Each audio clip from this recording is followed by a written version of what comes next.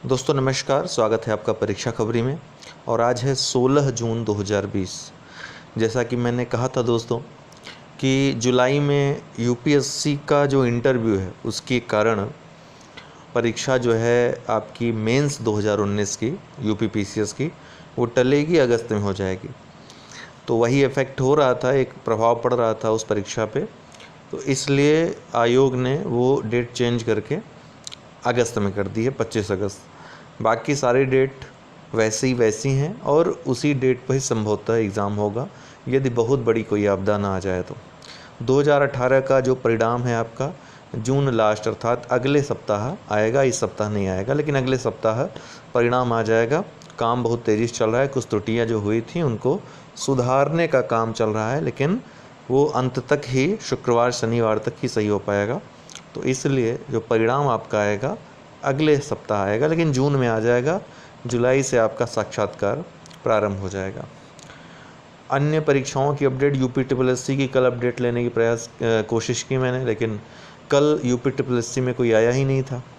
तो may be अगर आज आता है तो आज हम वहाँ की अपडेट मिलती है तो तुरंत आपको दे देंगे। निश्चित रूप से 1 बजे के बाद जो भी स्थिति रहेगी, कोई आया है नहीं आया है कुछ भी, एक वीडियो मैं ज़रूर आज यूपी ट्रिपल एससी के ऊपर बनाऊंगा, उसके परिणाम और अन्य चीज़ों पर। चलिए 16 जून की खबरें देख लेते हैं। 16 जून कोई विशेष ऐसा दिन नहीं जो आपकी परीक्षाओं से संबंधित हो, परीक्षाओं पूछा जाए कुछ, तो इसलिए आगे बढ़ते हैं। के वेणुगोपाल ये चर्चा में आए हैं। के वेणुगोपाल कौन है दोस्तों? ये वर्तमान में भारत के अटॉर्नी जनरल हैं, महान्यायवादी हैं। कौन है? महान्यायवादी हैं। इनका कार्यकाल जो था वो 2020 में समाप्त हो रहा है, तो इनके कार्यकाल में 1 वर्ष का विस्तार दिए जाने की बात चल रही है। बहुत जल्द इनके कार्य लगभग तय हो गया है, औपचारिक घोषणा इसकी बाकी है, तो 1 वर्ष का विस्तार हो जाएगा। ये 15वें महान्यायवादी हैं भारत के।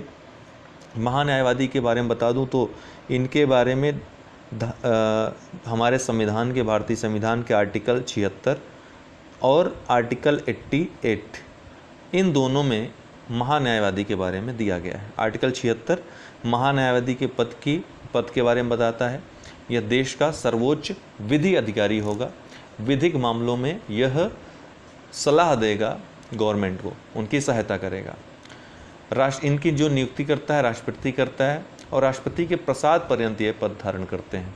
इनकी जो योग्यता होनी चाहिए वो सुप्रीम कोर्ट के न्यायाधीश बनने की योग्यता होनी चाहिए, भारत का नागरिक होना चाहिए, और 10 वर्ष हाई कोर्ट में वकालत की प्रैक्टिस होनी जरूरी है, अनिवार्य है। ठीक है, तो अर्थात सुप्रीम कोर्ट के जो न्यायाधीश बनने की जो योग्यता होती है वो योग्यता इनकी होनी चाहिए। जो पहले महान्यायवादी थे दोस्तों देश के, पता है कौन थे? वो थे MC सीतलवाड़। MC सीतलवाड़ ये पहले महान्यायवादी थे भारत के, और सबसे लंबा कार्यकाल भी सीतलवाड़ साहब का ही रहा था। और ये ध्यान रखना है कि इनके पदावधि के बारे में कुछ नहीं दिया हुआ है। प्रसाद पर्यंत पद धारण करते हैं राष्ट्रपति का, अर्थात राष्ट्रपति कभी भी इनको इनके पद से हटा सकता है। ठीक है, इनकी नियुक्ति भी राष्ट्रपति करता है और इनको हटाता भी राष्ट्रपति है। तो धारा 88 में क्या चीज़ दी हुई है? 88 में ये दिया है कि ये संसद के अधिवेशनों में भाग ले सकते हैं, लेकिन मतदान नहीं कर सकते हैं। इनको संसद के सदस्यों के भांति ही विशेषाधिकार मिलते हैं, संसदीय विशेषाधिकार इनको भी प्राप्त होते हैं। ये जो संसदीय समितियां हैं उनमें भी नामांकित किए जाते हैं, लेकिन उसमें भी ये मतदान करने का अधिकार नहीं रखते हैं। ठीक है, तो इतनी बातें आपको महान्यायवादी के बारे में जाननी चाहिए।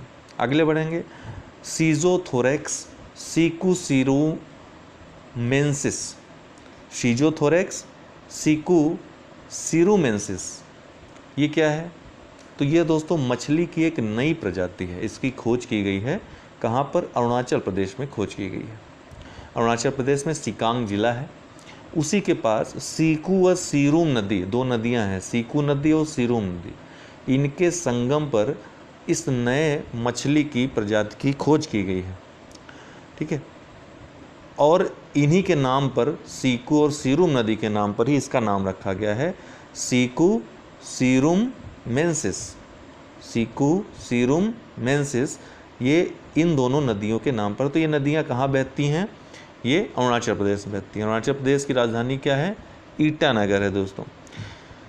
कैप्टन अर्जुन ये क्या है दोस्तों? तो रेलवे सुरक्षा बल, railway protection force RPF Pune के द्वारा रेलवे स्टेशन पर एक रोबोट लगाया गया है जो यात्रियों की स्क्रीनिंग करेगा और सर्विलांस करेगा सर्विलांस करेगा कि वो क्या सामान वगैरह ले जा रहे हैं, सब देखेगा, स्क्रीनिंग करेगा, सर्विलांस करेगा। तो रोबोट ये काफ़ी अत्याधुनिक है, जो आप रेलवे स्टेशन पे बहुत फास्ट, चूँकि भीड़ भाड़ बहुत ज़्यादा होती है तो पब्लिक बहुत ज़्यादा इकट्ठा ना हो, इसके लिए तेज़ी से कोई कार्य करने वाली चीज़ चाहिए। तो इंसान से ज़्यादा तेज़ अगर कोई काम कर सकता है, ठीक है, तो वो रोबोट, मशीनों में ज़्यादा क्षमता होती है। तो कैप्टन अर्जुन नामक रोबोट को वहाँ पर लॉन्च किया गया है आरपीएफ के द्वारा। रेलवे प्रोटेक्शन फोर्स के बारे में बात करें तो रेलवे मंत्रालय के अंतर्गत कार्य करता है, लेकिन इसको पैरामिलिट्री फोर्स की सुविधाएं प्राप्त होती हैं। जो 7 पैरामिलिट्री मुख्य फोर्सेज हैं उसमें तो ये नहीं आता है, लेकिन पैरामिलिट्री फोर्स में इसको गिना जाता है। ठीक है, पैरामिलिट्री फोर्स में इसको गिना जाता है। इसको कुछ विशेष शक्तियाँ भी मिली हुई हैं लॉ एंड ऑर्डर से संबंधित। आपको बता दूं कि रेलवे में 2 प्रकार की आपको फोर्सेस देखेंगे जब आप जाओगे तो, एक जीआरपी और एक आरपीएफ। ये आरपीएफ जो है दोस्तों, रेलवे प्रोटेक्शन फोर्स, ये रेलवे मंत्रालय के अंतर्गत कार्य करता है। ठीक है, रेलवे का एक विभाग है रेलवे प्रोटेक्शन फोर्स। जबकि जो जीआरपी है दोस्तों, इसको गवर्नमेंट रेलवे पुलिस बोलते हैं। ये राज्य की पुलिस होती है जो कि रेलवे में काम करती है। रेलवे इनका अब ये सवाल उठता है कि जब आरपीएफ है तो जीआरपी की क्या आवश्यकता है, या फिर जब जीआरपी है तो आरपीएफ की क्या आवश्यकता है। आपका सवाल भी जायज़ है और ऐसा सवाल हमेशा उठता आया है, और इन दोनों में टकराहट होती रहती है पावर को लेकर के। ठीक है, क्षेत्राधिकार को लेकर के हमेशा। और कई बार ऐसा हुआ कि भारत सरकार ने कोशिश की कि जीआरपी को रेलवे से हटाया जाए, लेकिन यह कोशिश नाकाम हुई। उसका कारण है कि आप जानते हैं कि जो पुलिस है उसको law and order, IPC, CrPC संबंधी जो पावर होती है पुलिस को मिली हुई है।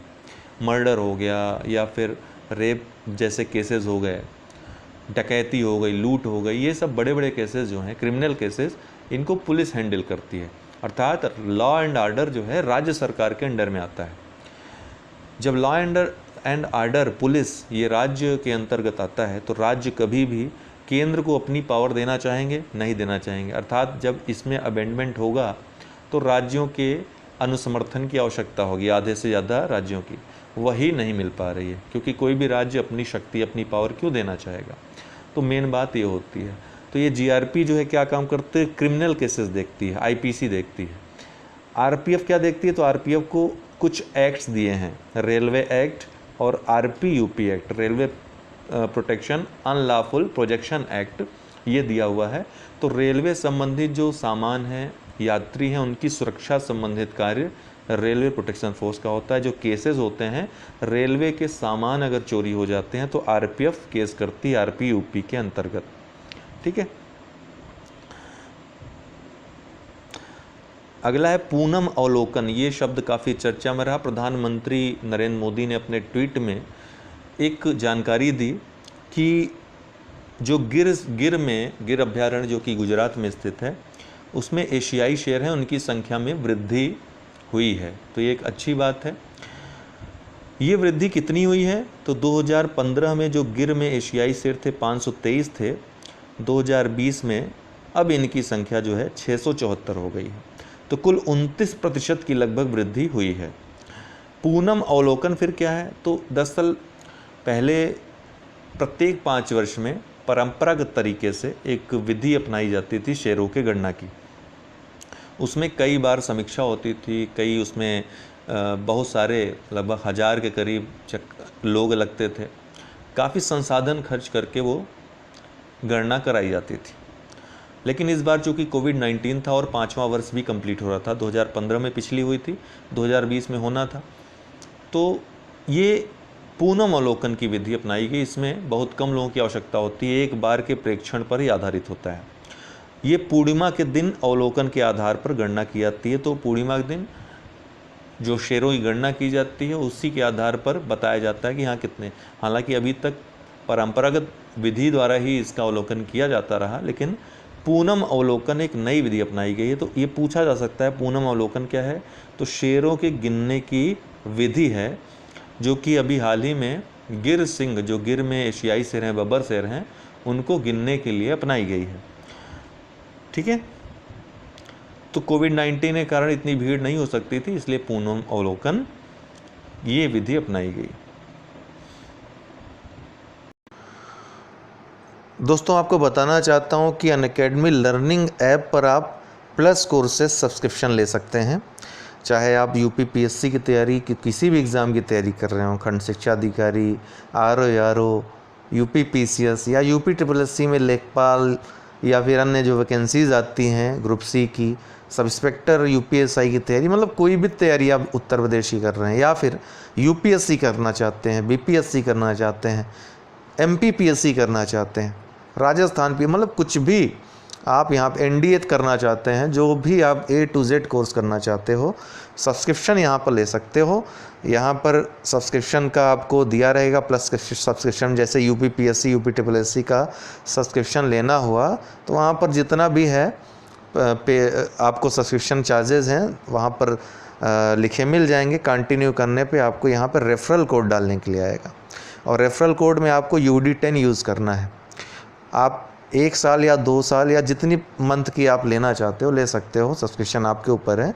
उतने समय के लिए वो मतलब वो जैसे आप UP PSC, UP triple SC subscription ले रहे हैं तो ये आपकी सीट रिज़र्व हो जाती है। कोई भी क्लास, लाइव क्लास आई हुई या फिर आने वाली, वो आप ले सकते हैं।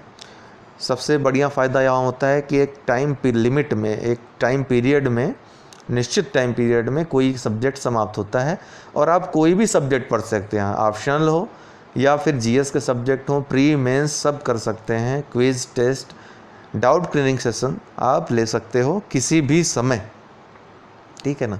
तो ये आप चाहें तो ले सकते हैं। UD10 ये रेफरल कोड यूज़ करना मत भूलिएगा, क्योंकि तब आपको 10% डिस्काउंट मिल जाएगा, छूट मिल जाएगी आपको जो मूल्य रहेगा उसमें भी।